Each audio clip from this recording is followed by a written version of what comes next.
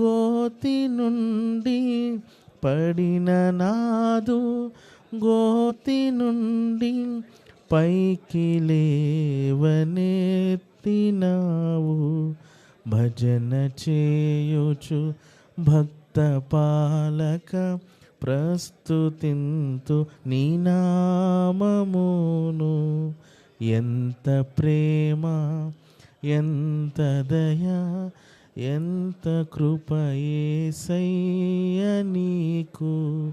ఇంతయనివ నింపనిలలో నెవనికి నిసాధ్యంబు కాదు.